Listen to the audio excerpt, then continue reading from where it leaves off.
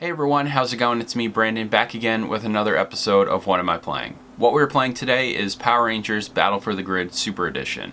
I initially reviewed Power Rangers Battle for the Grid back in 2019 when it came out for the Nintendo Switch, and I enjoyed my time with it, but the game definitely needed some improvements. Over the last couple years, the game has periodically been getting better, and we get new characters, new modes, new Zords, and it seems to me that this game finally feels like it's becoming something I've always wanted. So with that all being said, let me know in the comments down below what you're playing, and let's get started with Power Rangers Battle for the Grid Super Edition.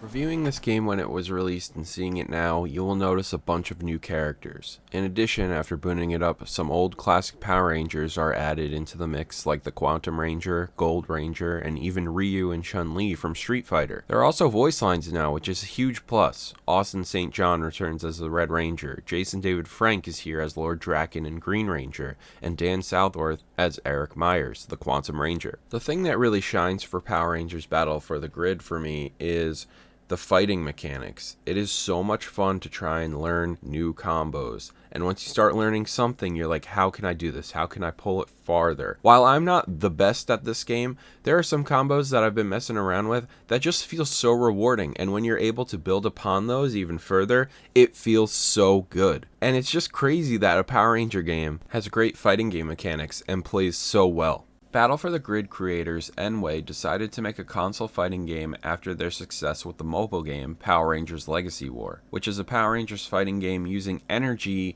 and combinations that allow your characters to attack. It was a fun experience back when I used to play this game all the time, and the characters would come from all over the Power Rangers franchise.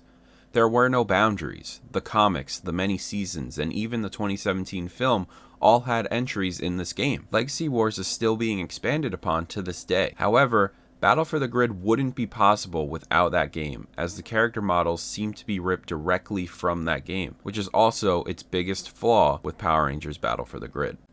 Going back and checking out the new modes like the complete story mode, there's nothing crazy here except a few cool cutscenes voiced by old Rangers and animated beautifully in a comic book style, adapting the Shattered Grid, Mighty Morphin Power Rangers comics. The rest of the story mode is text boxes and fighting, which is barren. This game's last update was about a year ago, introducing Season 4, including characters like Adam Park, Dino Charge's Poisandra, and Rita Repulsa. Since that release, we have not heard anything more from nWay if this game will get any more content. But what we have here is an excellent foundation for a fighting game franchise that hopefully a sequel can improve upon in every way. Power Rangers is a franchise that has been around since the early 90s, and it has countless video games, but only some stand out as something to play. Battle for the Grid is a fighting game, but it has cross-play, cross-progression, and a solid netcode allowing players to keep battling online with minor connection issues. The biggest problem here is that the game's overall presentation. As I said, we only have this one because of that mobile game. Battle for the Grid is an upscaled Power Rangers mobile game that immediately looks dated. Now, I love the game, and we have a good Power Rangers game with some really good addictive gameplay and returning actors, and I can't help to imagine how good this game could be with a proper budget and truly make it a celebration for Power Rangers. And before we end the show today, I really want to talk about Jason David Frank's passing. He is the Green and White Ranger and also a bunch of other Rangers over the years, and I must say this came at such a surprise. My friend messaged me actually, and I was driving back home, and he's like, "Rip the Green Ranger," and I was like, all right, what's going on here? And out of all the people, I never would have expected him. And it sucks, because I think a couple years ago when I was really not in the best headspace, I did kind of latch on to Power Rangers, and more specifically his character, because obviously he deals with, the Green Candle, the Green Ranger, the evil Green Ranger powers, and then he turns into the White Ranger, and then he has all these other characters. He's like the best of the best.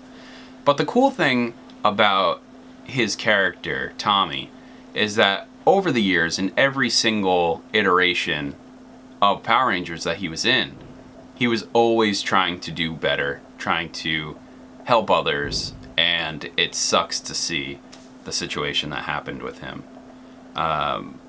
As I've said, I was like, Power Rangers is one of my pillars. It's something I really like. It's I understand everything that it is, and I can't get over the suits. I can't get over how goofy it is, but it really sucks because I never expected this to happen.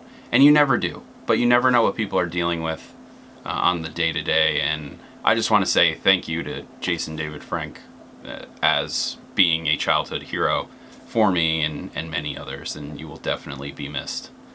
So I feel like I just needed to say that. I also just can't believe the news. I still can't believe it. So, as always, everybody, my name is Brandon, and I will see you all next time.